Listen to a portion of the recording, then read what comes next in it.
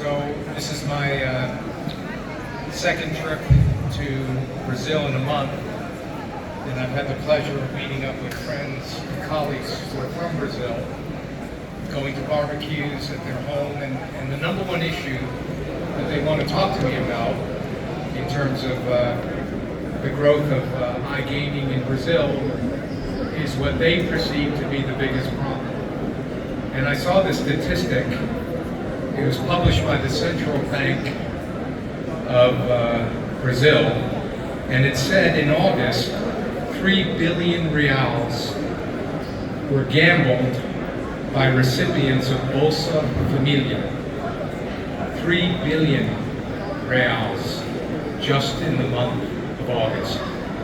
And while this is a topic of great concern, it also represents a great opportunity for the country. So where I see an issue, I see opportunity. When I look at responsible gaming and I consider it as an issue that is being dealt with in regulated markets around the world, the first thing to realize is that what it is at the end of the day is a relationship. It isn't a problem. It's a relationship between the player, the operator, and the regulator. And there exists solutions, obviously, in terms of AI and what we can do to collect data and know who is wagering on a platform. Most of the problems we can identify these days can be solved by technology, but it needs to be a solution that is localized and fits the culture. And I will say in a very positive way that the Brazilian culture is a very unique culture and one that requires unique solutions to address the issues that we encounter.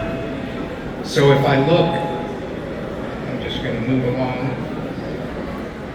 If I consider what's happened so far, we know that there are already regulations being introduced to address the issue of having welfare recipients gamble. Nobody thinks this is a good situation, and it's one that can be easily solved, and so we know that that's being addressed. We know that the CPF is looking at firewall to basically prevent this type of activity, and I think that's an excellent idea. 72% of Brazilian bettors are between 18 and 34, and over half earn less than 2 minimum wages. So we have an issue we need to address, and we want to be careful not to over-regulate it, and we need to do it in an open way. This is, I think, lessons that we've learned from other markets. Because we want the public to have trust in the process. And what I would say is, while people are excited about having a new industry, I would say the trust is damaged when they feel that people who are least able to participate are the ones who are putting the money up for the industry. This is not a situation that can continue. And so I think the regulators have properly put a focus on this, and there are powerful solutions. But the truth is, the operators and the customers have a role to play here too. It's not all about the regulators doing their job. If you think about it, they can put firewalls up. They can require you to do income checks and make sure that people who gamble can afford to gamble.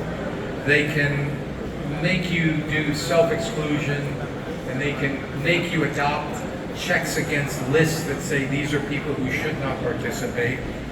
But what we really should be having here is operators having a direct relationship with their customers to foster the right behavior. And when this happens, we see that it works in other markets. If I look at the UK, I think we can learn a lot. And that's not to say that what's happening in the UK is what should happen in Brazil. But the UK took very aggressive steps, many of which have backfired. They had a problem that affected about 2% of the betting public in the UK, and the way they addressed that was by very onerous requirements in terms of proving up your ability to gamble. They basically banned advertising outright on soccer matches or football. They basically took a very aggressive stand in terms of disclosures that had to be made and checks that had to be done against exclusion lists. And what happened is they basically used a nuclear bomb instead of a strategic missile. And I think we can learn something from that. And one of the advantages in Brazil is we have a mobile-first experience. Where we've reintroduced gaming and everything is mobile, and a lot of solutions exist that can be introduced. It's not just about saying you have a responsible gaming policy, but it is carrying that policy through in the user interface. It's a way of rewarding people for taking responsible gaming into account, for limiting themselves. Don't make it a penalty, make it something that is encouraged, rewarded to be sensitive to these issues. And there are so many ways we can use technology, AI, and all of the developments that have occurred in online gaming to foster that. If we look at, I know you had one issue in Brazil with influencers, and the influencers were, in essence, showing themselves always winning. Therefore, you felt, if they're always winning, I'm always going to win. And that was very predatory behavior. But that's not to say there's not a role for influencers. So the reaction was to say, no more influencers. And then people look to find ways around that, when the message should have been, why don't you use the influencers to carry a message forward? Which is, there's a responsible way to do this. There is a way you can put limits. The platforms have ways for you to do that. So I think a lot of it is learning the lessons from other markets and not overreacting, and also playing into the culture. I know for a fact that Brazil is a culture driven by influencers, in a good way. I think it's great to have people who can touch so many other people. The issue is, what is the message that they're carrying forward? The message shouldn't be, if you play, you're going to win 100%. That's not true. The message should be, this is a form of entertainment that can be done within certain bounds. And I think we should just reorient that message. If we look at the US, and let's use some examples there. In the US, we have something called ROGA, and it's a clearinghouse model. One of the things is that so much data exists already, not just who are welfare recipients, but who have credit issues. Databases that help you isolate behavior. We have AI tools that allow you to study how someone interacts and how they bet, and what is healthy behavior and what is unhealthy behavior. We know these patterns. And so what they do in New Jersey is they share that information in a universal database that all operators, instead of thinking it as a competitive process, yes, there are many brands competing for market share, but we should all share the mission to make sure that we are doing this in a responsible way. Now, having a shared clearinghouse model, which we do in America, in New Jersey, is a great example. We have helplines in America with the casino business and with the online business. But instead of just having a helpline, we should reward companies who share statistics around how many people engage with the helpline, what type of outcomes did we get.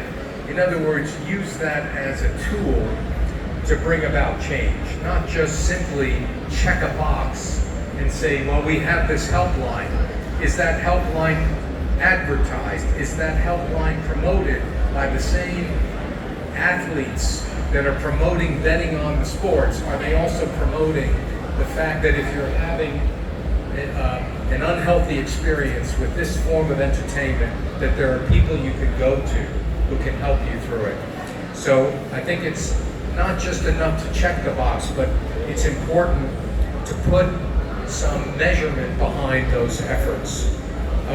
Real-time behavioral AI is outperforming static limits. So the ability to study real-time play and to pick up unhealthy habits exists today.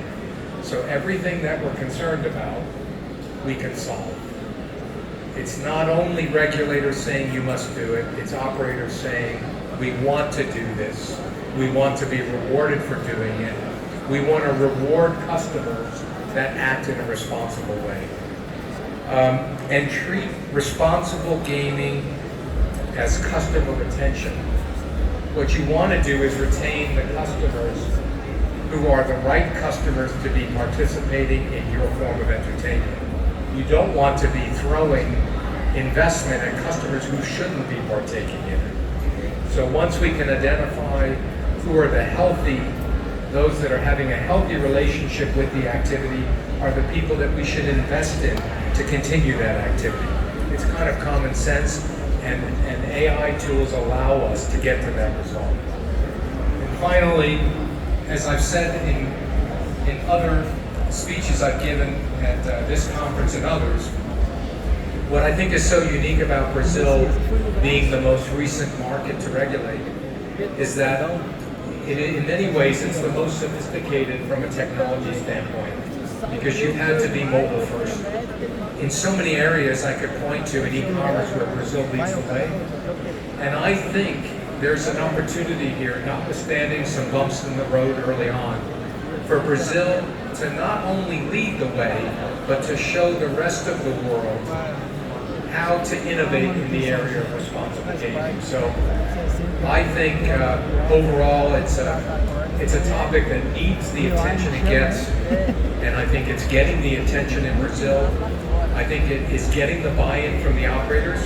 The technology exists, but I think what we need to do is to continue to evolve it in a very Brazilian way, taking into consideration the culture here, the local attitudes and standards, to be sensitive to that. And I think you're going to end up in the end having unique solutions that come from Brazil in the area of responsible gaming. Thank you.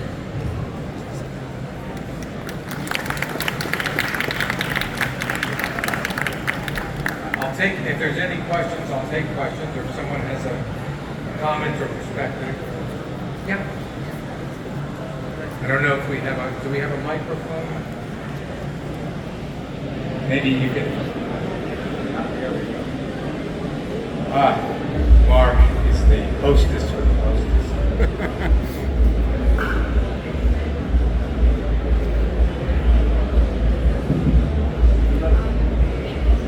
Hi, thank you for the speech. I would like to hear your opinion. You mentioned that, for example, in the UK they banned advertising in soccer, and recently in Italy they also banned restrictive advertising.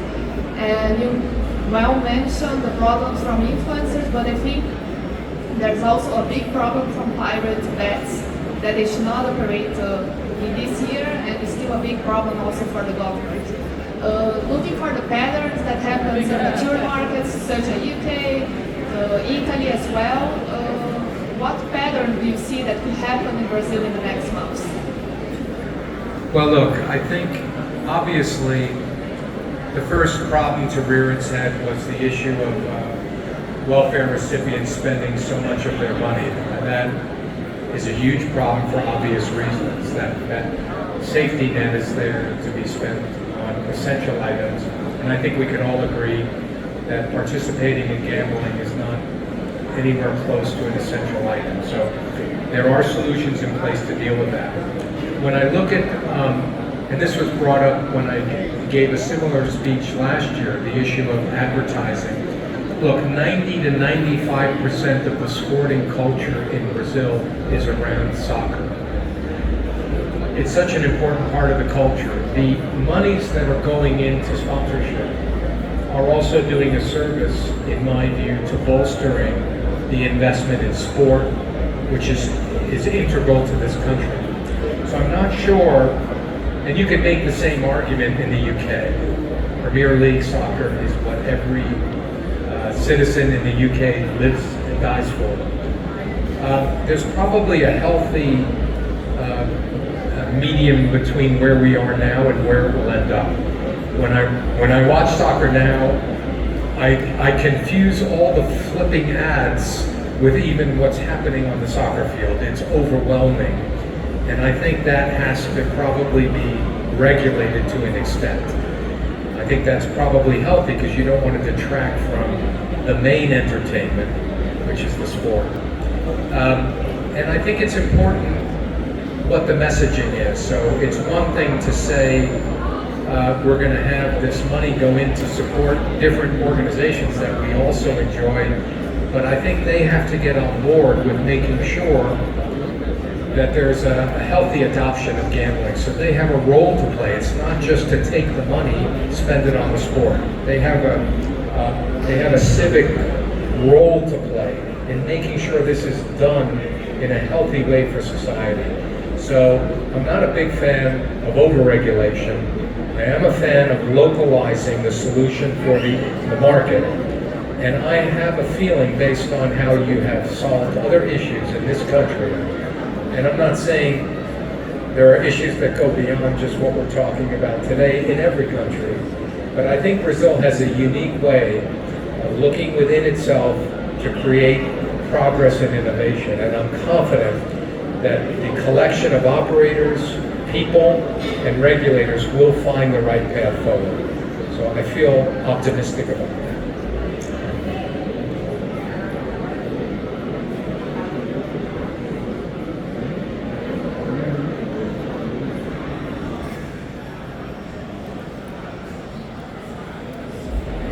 Stephen, thank you very much for the insights. I couldn't agree more with everything you just said.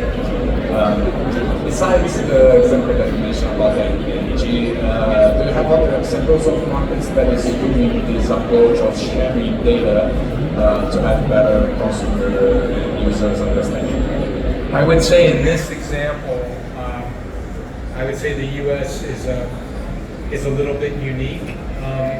And part of it has to do with the fact that other markets are very strict in terms of GDPR and certain requirements, whereas America is more open, and therefore there's more access to data. So I think it kind of goes hand in hand. The more open, the more access to data, the more we can deal with the clearinghouse approach, and so these are issues that have to be balanced.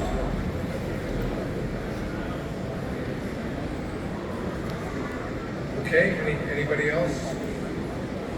Okay, thank you everybody. See you next year.